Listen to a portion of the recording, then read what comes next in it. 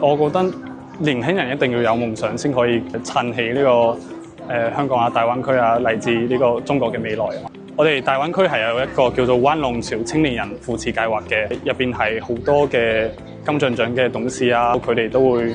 好願意幫助我哋，之後支持我哋嘅電影夢想。我哋係講一個關於黑幫同埋群像加咗啲喜劇咁樣黑色幽默嘅一個電影，同埋我哋主創團隊都係香港比較非常有名嘅一啲老前輩咁樣。我自己就有一個夢想係，我可唔可以有冇可能係企喺金像獎嘅舞台咧？我就會為咗呢個夢想而去努力學習咁樣。之後